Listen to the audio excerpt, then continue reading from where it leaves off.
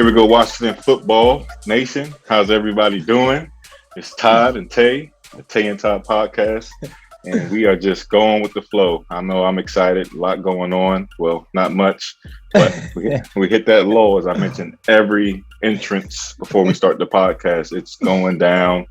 We are just at the NBA Finals. We got the NBA Draft. We got no football, but we're approaching training camp. Todd, as we approach training camp, I know you're going a couple days. I know I'm going a couple days. I know the group pod is going. The group chat is going a couple days. Todd, how you feeling as we lead into training camp? I'm excited, and it's not football related. It's because I'm going on vacation next week.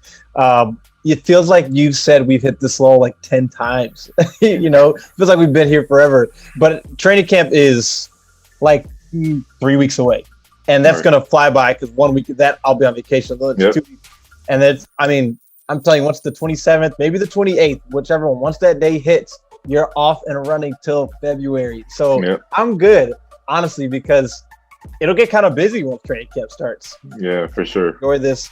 I'm excited. I'm super excited to go to training camp because we didn't go last year.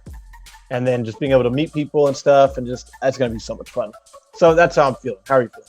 Yeah, I'm feeling good too, man. I was just looking yesterday at my schedule, at the calendar, and obviously the wedding is coming up, right. 25th of September, but also we're going to a game September 16th. And I'm like, man, I keep forgetting that, against the Giants, Thursday night football. So I'm getting excited, and man, time is flying. So although we've hit that low, time is flying. And like you said, as soon as we get to that end of the month, it's on and going. Right. So you go from training camp straight to preseason, and then you're good. You got enough to hold you over until the season starts. For sure. I was gonna say something. I forgot what I was gonna say. So I guess we'll just move on. But I guess we can just talk about our sponsors. As always, check out Hot Chikn Kitchn in Woodbridge, Virginia. Best Nashville style hot chicken sandwich you'll have in this area. And you're kind of starting to see these Nashville-style chicken sandwiches pop up at other places. Other places that already existed now have a Nashville sandwich. Hot Chikn Kitchn is just that, though. So when you can find a place that specializes in one thing, you kind of expect them to be the best. So try them, and then Pro Financial, they'll fix your credit for you. The links are below. Get your credit right. If your credit's not right, get it right. And if it's below 700. That kind of means it could be better. So let them fix that for you, help you out. I know them personally; they will take great care of you. Tay, all right. So we are we're staying on a time limit this episode, right? We're gonna teach ourselves time management. Okay, right. So we're gonna hit this thing, and we're just gonna get on it and just go through it, and it'll be a great episode. But first, I have to ask you how your bird situation is. We can't take too long because people didn't like that. We spent so much. We spent like 10 minutes.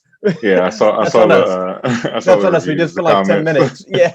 Okay. So real quick, how's your bird situation? The bird is gone. Okay. All right. And we're good to go. Good. Okay. All right. So also, I think I've settled on one visual layout. So I'm excited about that.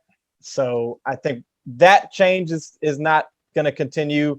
You're still working different intros. I'm feeling it. I like it. All right. So we're going to hit a few different things today. I guess first, what do you want to talk about? I know you had one. I had two. Contract extensions? Let's talk about contract extensions first. Okay. So there's really what? Four? Is it 3 or 4 names? There's 3 names, really. Sure. The first one is Jonathan Allen, of course. The second one is going to be Logan Thomas. He's up after this year. Jonathan Allen is on his 5th-year option this year, right? 16, 17, 18, 19. Yeah, he's on it. So both of them are up, scheduled to be free agents. The third one is Terry McLaurin going into his 3rd year. Remember, he's not a first-round pick. There's no 5th-year option. He signed a 4-year deal. Mm-hmm. So you really probably want to re-sign him after the season, after this upcoming season. You probably should have re-signed him this season because his price tag may go up. Let's talk Jonathan Allen first. I guess I don't really want to talk about Brandon Scherff's contract extension because I don't think he's gonna get extended anyway. No, I don't think so either. So Jonathan Allen, I think, is a priority for them. So let's look at, I think, one of the best, most recent contracts to look at is Leonard Williams, right? The contract that he just signed with the Giants that I thought I had up. Let me pull it up here. So he signed a 3-year, $63 million deal with $45 million guaranteed. So that's what, $21 million a year, right? Right. Now the thing is, there's kind of some debate. Jonathan Allen, is a very good player. I'll be honest with you. I don't know how he's viewed by the team and by the league, and in terms of just his production overall. I don't know if he's viewed as the same player as Leonard Williams. I don't know that, and so I say that to say I don't know if he necessarily has to exactly match or beat Leonard Williams' contract. You know how guys will set the market and then it just goes up from there. Yeah. I think that with John Allen, you could get away with something similar or slightly less. He came on, had a really strong second half of the season, and I'm still trying to figure out what level he's at as a pass rusher. But to me, that Leonard Williams contract, it sounds great to me. I would kind of love a deal like that. I'd love a 3-year deal for John Allen because he's the first one. You got 3 guys behind him. Yeah. I don't know. What do you think? Yeah, I would say I'm looking at around 17, maybe 18 million. 18, okay. Maybe 15 if we can. Hopefully 15. He'll be Oh man, he's not taking 15. Hopefully he can be a trooper. If he wants the band to stay together. Ooh, man. I mean, he loves the area. And hey, Ron Rivera has a way of.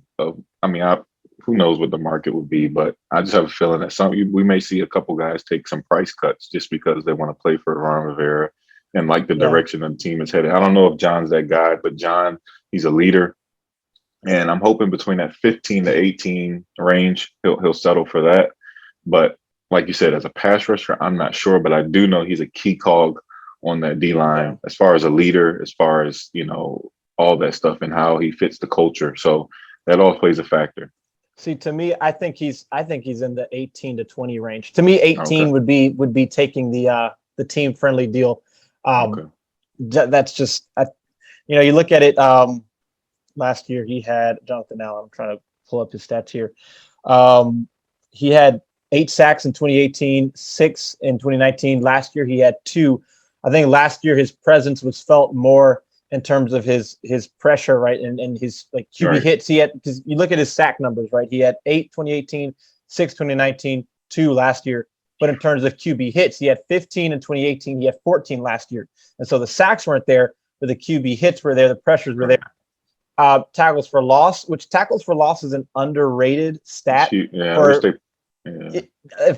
needs to be talked about more because it is almost like a sack.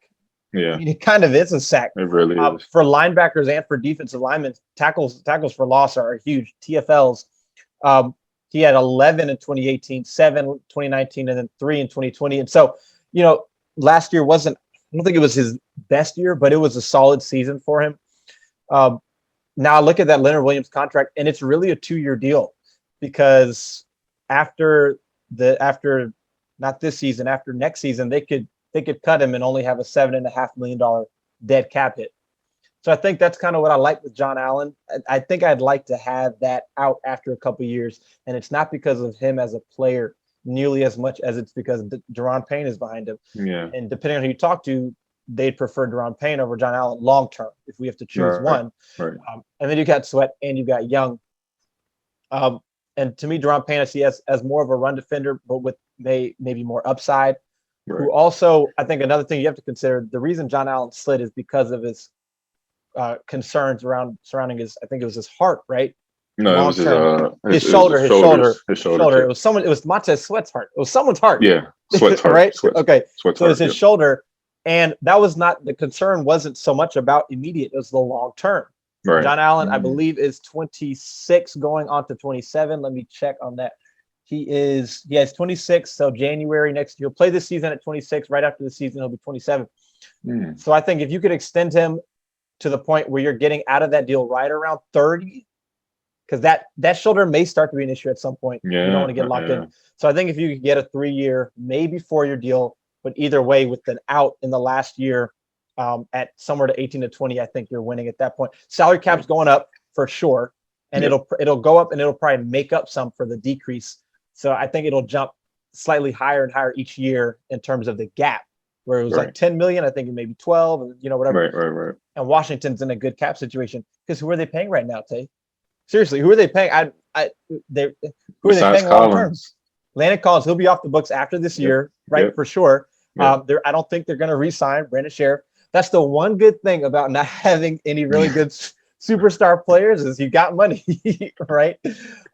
So But Jonathan Allen, I think more than anything, is for the culture and for the leadership element that he provides. I think he is key to kind of that culture that Rivera and company are establishing. I think he'd be a great leader to have around for these next at least 3 years. Second one is Logan Thomas. So Logan Thomas. So one interesting thing about Logan Thomas is that he's not a young guy. Man. You know, he is 30, I believe. He's 30, yep. If not 29. So he's 30. His birthday is July 1st. So play this season at 30, and be 31 going into next year. You really can't give him much more than 2 to 3 years. I mean, I look at, and these aren't really fair comparisons. Like Hunter Henry and Jonnu Smith, they're the guys who got these big deals this offseason. The top free agent tight ends. Hunter Henry, 3 years, 37 million. Jonnu Smith was, I believe, 4 years, 50 million. And so you're looking at Jonnu's about 12 and a half a year. Is my math right? 12 and a half. Hunter Henry is closer to 15, right? I mean, I look at Logan Thomas, and I honestly talk about a team-friendly deal. He already signed one. His first deal was very team-friendly. I don't think he's getting much, Tay. I think he's getting 5 to maybe 8. Yeah. Like, because he's older, because sure he had one good year, and then if he has a year comparable or better to last year, for sure you're on the higher end of maybe that 8 to 10 or something. If he has a down year, if he's hurt, I think you're looking at 5 to 8. I don't think this contract is going to be an issue or break the bank at all, and I think it'll be 3 years max. Because tight end is a position you can play later into your 30s, but you're not really paying a guy a ton of money at that point. No. Right. No. So but I think Logan Thomas is someone you'd want to keep around after this year, assuming he has another solid year. Yeah, I agree with that. I think Logan Thomas is a key piece. I mean, he was what we needed last year. But like you said, man, the thing is, I don't know about 5. I mean, I don't know about that number of Jonnu Smith, although I think I don't know. We didn't get to see much because of the quarterback situation. Right. But, and I mean, I don't know that Logan Thomas is like Jonnu Smith has a lot of potential. Yeah, exactly. He has a lot more potential. He's a lot younger. Hunter Henry, same thing. Right. So Logan, you're not paying him on potential. You're just paying really on just his production. Yeah. Right. Because he's older, and then his production is good, but it's not much. It's 1 year. Right. It'll be 2 years. So that's going to be an easy one, I think. But then the argument is, well, he's only played tight end for 1 year. Right. And then he could get better. There is potential for sure. I think potential in terms of age is the main thing. I think that's the main thing. Yeah. He'll be 31 around the time you're going to be almost 31 probably when you're re-signing him. So, yeah, I would say it's kind of a wide range for me. 5 to 10 is the range. Right. Yeah, same. And then you got Bates back there. Right. Who they want him to be a long-term. And tight end is one of those positions that takes a minute to develop. Right. It really does take some time. Perfect time. And then you got Reyes, hopefully, who knows? And then you got the other 2 guys from Kansas City. Right. So, I don't know. It's going to be some competition. I hope they extend them maybe for 2 years, maybe at most. But the last regime would give him like 3 years for 40 million, So right. They would have gave him everything. Exactly. Yeah. So. Especially and I also think Rivera is going to be very careful not to extend guys who are getting older, because he talked about how he didn't. Yeah, that was a mistake he made, and he's trying to fix that mistake. Clearly, you can tell by some of these decisions he's made. He doesn't want to get too old. So that's why he's not going to see him give a lot of money to these older guys. Right. I can see Logan Thomas if they can't come to an agreement. Okay, hit free agency, see what your offers are, and he's not going to get offered a lot in free agency. Nope. His range is going to be his range. Terry McLaurin's the big one. He's the big one, and I think he is as big for the culture as Jonathan Allen is. Except you don't have Dron Payne and Montez Sweat and Chase Young behind Terry McLaurin. Yeah. He's the only one. You don't know what Dom Brown will be, but you don't have to worry about him for a number of years. Right. You've got Curtis Samuel, who did not break the bank, his contract. Yeah. I look at, honestly, maybe I'm crazy. I look at Amari Cooper's deal when I think about Terry McLaurin. I mean, you're talking about I'm curious to see what he does this year with Ryan Fitzpatrick. If he stays healthy, if Ryan Fitzpatrick stays healthy, if Ryan Fitzpatrick plays well enough and starts all season, and we'll get into that conversation next, Terry McLaurin's going to have his best year. And he already has over 2,000 yards and he had almost close to 100 receptions. He's played with 7 quarterbacks in 2 years with no help. He didn't have people across from him either, and he's produced so much. So I think if they do view him, I think, as a number one. And I mean, if you view him as a number one, the price for a number one is the price for number one. Let me give you the numbers on that Amari Cooper deal. It was 5 years, $100 million. Let me get some more in depth, but essentially that's the idea. For Terry McLaurin, you'd give him maybe a 4-year extension at 90. least 21 a year, I think. So 4 for 85, something like that. Something like that. I mean, that Amari Cooper deal, another one. They could get out of that Amari Cooper deal after this season. His cap number is $22 million for this year and the 3 years after that. His dead cap, though, is 28 this year. After that, it's 6, 4, and 2. They front loaded the mess out of that deal. They can get out of it. The Cowboys can after this upcoming season. Terry McLaurin, I think you give him a good 2 to 3 years of that deal front loaded, right? So yeah, you said what, 90 million, 4 years, 88 maybe, something like that. And then maybe after the first couple of years, if you need to get out of it, you can't. To me, I think you plan for a Terry to be around for a while. Yeah, I think that's how you do his deals, for him to be here for 10 years. Yeah. Or well, Terry McLaurin's on the older side too, actually. But I think he's the type of guy that's like a Santana Moss. That'll be good well into it. I agree. I do agree with that. Terry McLaurin's 25. He's 25. He's actually turning 26 at the start of the season. Oof. So nice. yeah, no. When he got drafted, he was like 24. No. So he's turning 26. So that means he's turning 27 at the start of next season.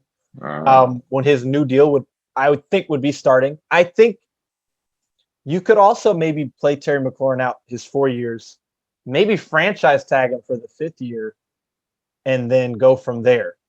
Maybe. Yeah. Because if you play him out, he's gonna be 26 this year, and this is his 3rd year. 27 his 4th year. 28 if you played on a franchise tag, and then maybe you give him a 3 year, a big deal, 3 years, $75 million. I don't know. Yeah. Okay. Like that. Maybe if you kind of want to see how the chips fall with your defensive line. Yeah, you're right about that. Yeah. Because you probably gonna have to. I guarantee you have to use the franchise tag in the future on either Jonathan Allen or Deron Payne or Montez Sweat or Chase Young or all of them at some point. Using the franchise tag on some of them. I do think for Terry, because Chase was drafted in 2020 and Terry was drafted a year before. Okay, but Chase has the 5th year option. I think I'd try to lock Terry up this year, ideally. Yeah, for sure. I think I'd try to lock him up. I think I'd go 4 years, and I'd be willing to give him at least $20 million a year. Yeah, I agree. 4 years, $80 million at least. I have no problem with that. No problem with that. He's not just the player that he is in terms of his ability to produce in the field. He's a great locker room guy. He's a great leader. He's a great guy to have with you. And I just kind of feel like it would be deflating for the team, but really for the fan base if you let Terry McLaurin get away. Because he is the guy. Him and Chase Young, like Antonio Gibson, those are the guys right now. You let Terry McLaurin. To me, it's Terry McLaurin, Chase Young. They're 1 and 2 on this team right now in terms of fans, and I think that's valid. I think it's fair. They are very good players who are great for the culture. So I think all 3 ultimately get resigned and are here for a little while longer. Yeah, I agree. I agree with that. I think Terry, like I said, I think he's going to age really, really well. Just how of a technician because he didn't, and he wasn't getting used a lot in college. He wasn't, exactly. Yeah. Yep. He wasn't getting crushed in college. And he is exactly the way he wins is what makes you think, because he has the speed, but he really does not win with his speed because last year you had quarterback and who could really only throw slant routes. So exactly. for a lot of games, I got to stop shading Grant Haskins, man, but it's kind of tough. Okay. Is that good on contract talks? Yep. We're good on contract talks. Those are the top 3. I don't think Brandon Sheriff's getting re-signed. So, good luck. I think they want Flowers or Charles or somebody else or somebody drafted to come up behind him. Keith Ishmael, somebody to come up behind him, take the reins there. Okay. So you want to go into maybe we can keep talking about this we're talking about the team. So we can talk about the team building. The question is, what areas on the team, on the roster, do they really need to improve to become Super Bowl contenders? right? Because there's a difference between being a good team and then being a team that has, groups or specific starters at specific positions that kind of make you Super Bowl team. I think the best thing to do is to start by looking at last year's Super Bowl team, the Tampa Bay Bucks, and maybe the Chiefs some too, and go through their roster. First position that they have is what? Quarterback. Okay, boom. So that's the clear one that Washington needs to upgrade if they want to win. Right? Ryan Fitzpatrick can maybe get to the playoffs, but if you're talking about being Super Bowl contenders, you got to upgrade at quarterback. Right. At running back, I think you add a third guy. You hope that Jared Patterson is that guy. I think at running back, though, with Antonio Gibson, you've got weapons. You've got J.D. McKissick, who's another guy I think they should extend. I think you're good at running back. Wide receiver, again, look at the Buccaneers. Mike Evans, Chris Godwin. Who do they have after them? They had who's the white guy? Not Humphreys. He's like Humphreys, but he's not Humphreys. Scotty Miller. Scotty Miller, yes, who's a great slot receiver. Yes, and then they have there's another guy. There's another guy they have after them, but they've got a lot of depth, but they've got two dogs at the top, Mike Evans, Chris Godwin, right? So right now you've got Terry McLaurin, Curtis Samuel. Curtis Samuel's not like a dog to me. He's a really good piece. I think you want another dog. To me, Terry McLaurin is your dog. Yeah. You want another dog. Maybe that's Dominic Brown. Maybe that's someone else that you draft. But I think that you need one more at wide receiver, whether it is someone you have on the roster stepping up or somebody you bring in. Yeah. I don't think it's a weakness anymore, but you're talking about being a Super Bowl contender and needing weapons. I think you really need those weapons. I think we're missing for receiver. I think we're missing a big body. And my prediction, I think Gandy Golden is going to step up this year. And I hope you're right.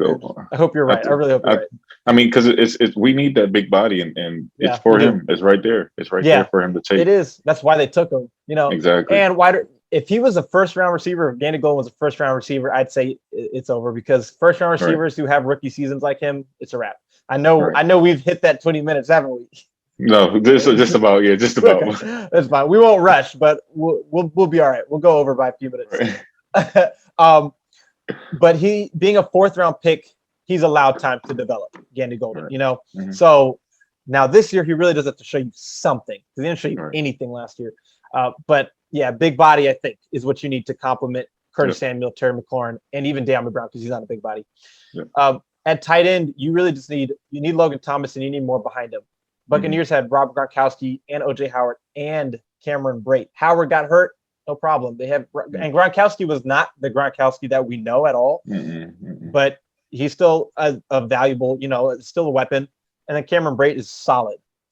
They're not the Kelseys and the whatever, the Goddards and the Kittles of the world, but they're solid. I think you either need a really good tight end, really one of the best, or you need a well-rounded top two. That's what Washington needs. Logan Thomas, you hope that other piece is John Bates. Offensive line wise, I mean, you offensive line is good. You think offensive line is good? No, their offensive line is good. Their offensive line is good. Yes, it is. It is. And I can't name it all out for you. I just know that it's good. I know they drafted. Is it Wills? They drafted Wills. Tristan Wirfs. The Browns drafted Wills. Tristan Wirfs, who was a really good young left tackle. He was a rookie. He was great. He was phenomenal. We shouldn't pretend like Charles Leno is a world beater. He's not. He's probably the Morgan Moses version of our left tackle. We need a Trent Williams. We need our Chris Samuels. That's what we need at left tackle more than anything. At right tackle, I think maybe that's Sam Cosmi, or maybe Sam Cosmi is your right tackle, and then you just need the left tackle. Inside, with Roulier, I think, and I don't know how much longer he'll be here. They might want Ismail to step up. And then, guard. I think the offensive line, really to be a Super Bowl offensive line, needs some work. Right. No, it does. I think it's a borderline playoff offensive line.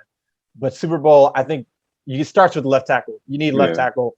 And I think you need at least one side really strong, starting with your center, and then either right guard, right tackle, or left guard, left tackle. And right now, I don't think. Right now, that may be the right side with Sheriff and Cosmi, but there's a lot of question marks. Yeah. So offensive line is not Super Bowl. Nope. Defensive line is Super Bowl. Defensive line is Super Bowl. Super Bowl, hands down. Super Bowl. From the starters to the depth. Yeah, well, hands down. Actually, here's what I'll say: they need more edge depth, or they need Tony or Bradley King or Smith Williams to be that. Right. I think that they need at least one of those guys to be that, and then they need a veteran behind Young and Sweat. ironically, kind of like Ryan Kerrigan. But I think that they're pretty good. I think they're linebacker, is it Patrick White and Levante David? Devin White. Devin White. Devin White and Levante David. Yeah. Right? Yeah. Right. So maybe Jamin Davis is one of those two. Yeah, hopefully so. That's what I'm hoping. But I think we need one more backer. One more. I agree. I think maybe you've got depth. Maybe you've got Cole Holcomb, Cleveland Hudson, maybe some of those guys is depth, but I think you need a good stud. And then in the secondary, I think that William Jackson and Kendall Fuller could potentially be, especially if Fuller can be a nickel and St. Juste can be your outside, then I think you really should be good. I think if Cameron Curl continues upward, I think he's your safety back there. At least you're strong, who can play some free, who can really kind of just do it all. I think if that all comes together right, with Curl continuing to go upward and with St. Juste really developing, I think then maybe you've got your back end with maybe just solid free safety play. Obviously, if you get a really good free safety, that's great. So do you think the defense is Super Bowl caliber? I think they are. I think they are with more help from the offense. Yeah. Right. I think if they had, like you said, another linebacker and if the secondary really just came together great, or they had a really good free safety, then yes. Mm-hmm. Right now, I definitely think they are playoff caliber for sure. Oh yeah. Super Bowl, I don't know. Am I being too tough on them? I don't know. I look at the Bucs, and I look at their defensive line, but then I look at the linebackers that they had. Their secondary. I think they're borderline Super Bowl. I think borderline. No, I'm not willing to give that to them. I'm sorry. I don't think they're there yet. I don't want to get ahead of myself. I got to see them do what they did last year against this year's opponents. Yeah. Okay. That's fair. Which is fair, right? Okay. What do you think? Do you think they're Super Bowl?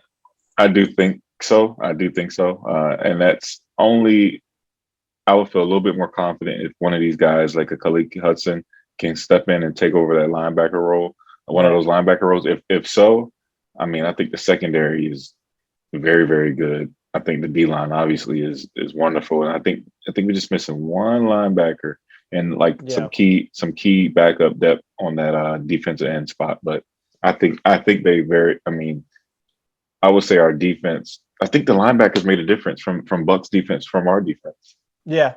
I think the linebackers, the speed and just that was the difference. Being able to cover, they can cover. They play. It's tough to run on them. They're just so good, man. Yep. So I agree. I think you've got I'm not joking. I think you've got a Super Bowl punter. I don't think you have a Super Bowl kicker. Yeah. I think based on last year, you need to upgrade a kicker, because that can be huge to winning a Super Bowl. I'm not sure if Dustin Hopkins is it. Also, special teams. You don't have Super Bowl special teams. You need a kick returner and a punt returner who can do something. And it's really not about getting touchdowns all the time. It's about getting just good field position. Yeah. Also, it's actually about just fielding the punt. I forgot how many muff punts. Against the Panthers, you had one that led to a touchdown. Against the Giants, you had one. They got a touchdown off of it. Against the Cardinals, you had a fumbled on a punt. It was such an issue. You need someone who can. Right? Yeah, I think Cleveland.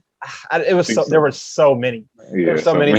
You need someone who can field it, who can make the right decisions about when to let it bounce, and then someone who can get you some yards and get you some field position. Yeah. They got to upgrade on punt returner more than kick returner. Punt returner, they really need to upgrade. Yeah. But I feel like, again, we're talking Super Bowl team, and I think maybe if in some of these areas you really upgrade, it'll offset and balance out. But I think it kind of shows you that that's where that next offseason comes into play. If you have a good offseason with the draft and with free agency next year, you can. We just named a lot of things, but you can cover a lot of those in one offseason because they did that this past offseason. Yeah, they covered a lot. They did, and also some of it is counting on or hoping for guys that are on the roster to become that. Develop. Right.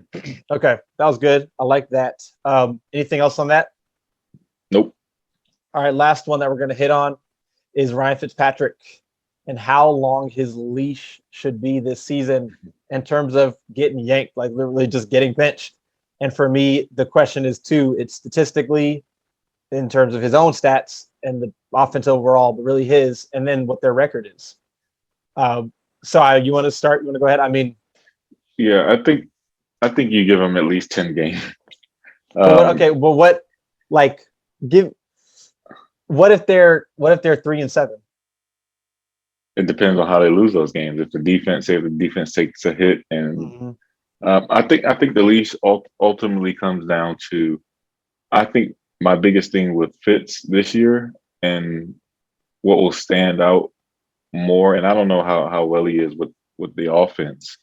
I think that he'll struggle with the offense for some reason. I think he'll be able to make every pass that we need, but I think he'll struggle with the offense, and that's where I think Heinicke comes in. But I don't know. I just I mean, to your point, this system, he said he hasn't really played in a system like this since early in his career. hmm. Now, I mean, I don't know, but I mean, maybe you could be right. You Yeah, never know. yeah. He may I not just just have pick a it up. weird feeling. I have a weird feeling that he's going to struggle with that a little bit. But I mean, Mm-hmm. obviously, he's a veteran, and I Yeah. think if that's the case, I think we'll see Heineke in sooner than later. Um, So like, all right, let me look at something real quick, and then let me paint some scenarios for you and get your thoughts on them. Um, so what if they're 2-4 after the mhm, first 6 games? And what if his stat line after 6 games is something like 10 touchdowns, 8 interceptions, and the offense is like okay, but it's really not help. It's not winning games for you, and the defense is also kind of just okay. But Fitzpatrick is really not. He's not really helping you, or like he's not obviously hurting, but he's also not obviously helping. 10 touchdowns, 8 interceptions. You're 2-4 after 6 games. What are you thinking there at that point?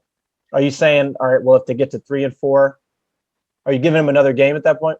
I'm giving it one Or more are you game. going like game by game at that point, kind of? Yeah, I think you have to. Like, okay, so then what if, No. I'm gonna say I'll give him 2 more games. okay. Ah, man. Yeah, I'll give him 2 more games. I think if they're 2-4 at that point, he's at 10. First of all, if he's thrown 8 interceptions in 6 games, that is alarming. But I think I would give him. I would give him another game because 3-4 suddenly sounds better, and then maybe you win, and then suddenly you're 4-4. Right. But then if you get to 2-5, then I'm saying okay. I think like kind of like you said, I'm giving him 2 more. If you get to 2-5, also if you get to 2-5 and he's just terrible, then I may just bench him at that point. Yeah. But then I'm like, okay, let's see one more. And if you get to 2-6, then I'm pulling it right, Oh yeah, he's right gone. halfway. Yeah. I think I feel like that's kind of 2-4. Like if you're, let's say you go 1-0, 1-1, 1-2, 2-2, 2-3, 2-4, then that's where the questions start to begin. Especially if he's thrown 13, let's see what 6 games, 6 games. If he's thrown 9 touchdowns and 2 interceptions and you're 2-4, it kind of changes things. Like his stats do matter, and the way he's Right. playing does matter because it's not all on him. But if there's like a problem with turnovers Mm-hmm. and they're losing games, then that's where I'm starting to do something, or starting to consider something. Yeah. But and then like I mean, it's also like if they go 2-0 and they lose 3 straight, the questions Yeah. I was kind of about to say start that. faster than if you go back and forth, right? Exactly. If you go 2-0 and then you lose 4 straight, and in those 4 losses, he's thrown 7 interceptions and 5 touchdowns. That's Yeah. different. It really Yeah. depends on how you get there. Right. But overall, if you're 2-4, there's a decent chance that he's not playing great. But I am definitely giving him probably one more to try to get to that 3-4, and then hopefully 4-4. What about if you're like 1-4? Well, say if they won the first game and then Yeah, lose four in a yeah. row, yeah, I think you. And he's like after 5 games, he's like 7 touchdowns, 5 interceptions. I think you move. I think you got to move to Heineke. Mm-hmm. Yeah, it's man, it's Kind of salvage the season. yeah, because I mean, that's what we say, 1-4 or 1-5, Right. 1-4. Mm-hmm. 1-4 teams like don't make the playoffs, and I know But then Washington again, was an anomaly last year. They weren't an right. anomaly last year; they were 1-5. Right. But it can't happen every year. But then again, it depends on the division, because if the division is like it was last year, that's why they stuck with Haskins so long, because It they is. could. But I mean, the thing is, you really don't know if you don't know that you're taking a step back without a key, right? Exactly. You know what I'm Exactly. saying? So It's like you really don't know. You might be taking a major step forward. You think you're probably at worst staying the same. Yeah. You're probably not taking a significant step back. Mm-hmm. And if we're being honest, and I hope I'm wrong, but Heinicke probably, there's a decent chance he gets hurt before you even find out. Yeah. Hopefully not. But so how long should his leash be though? Like, how much leeway should he have in your mind? Like, should he be given the benefit of the doubt a lot, or? Yeah, just because he spits, you just never know what you're gonna get. Like, he could stink it up like really, really bad one game. But one thing I've noticed about Fitz is he's always in every game. Like, no matter what he's going, you always have a chance with him. He got that gunslinger mentality. So I think the max, I think you got to at least give him eight to 10 games. So you think you kind of just go into a plan to just at least give him 8 games, and if things obviously just go south early on, then you kind of make a judgment call. Because then you got to see what Heinicke has. You have to see what Heinicke has. Yeah. You have to. Like, you have to see what Heinicke you do. You definitely do have to. If they're struggling, if Fitzpatrick's struggling, you definitely have to see. Yeah. If they get to 2-6, that's definitely tough. Man, hopefully that doesn't happen. Yeah, hopefully not. But I think for me with Fitzpatrick, I kind of feel the same way in terms of, having something of a long leash, but I think it's kind of just more eye test. It's kind of tough to say based on the record, somewhat obviously, because it's obviously all hypothetical and there's so many variables. But I definitely think that if you get to 2-4 and he's not looking great, and then there's a problem with turnovers, that's when you start to think about it as a coaching staff. I think that's when you start to think about it. And then if you get to 2-5, that's when you stop thinking about it, and you either do it or you really just wait one more game. Because if you get to 2-6, that's really tough. So it's gonna be hard to come back from. Yeah, so I think in my mind, I'm honestly with Fitzpatrick, I think I'm looking more at 6 games. Yeah, where I'm really, and maybe if you're 3-3 or 4-2, there's really no questions. And then by 9 games, if you're 4-5, boom. If you're at least within a game, positive or negative, I think you're good.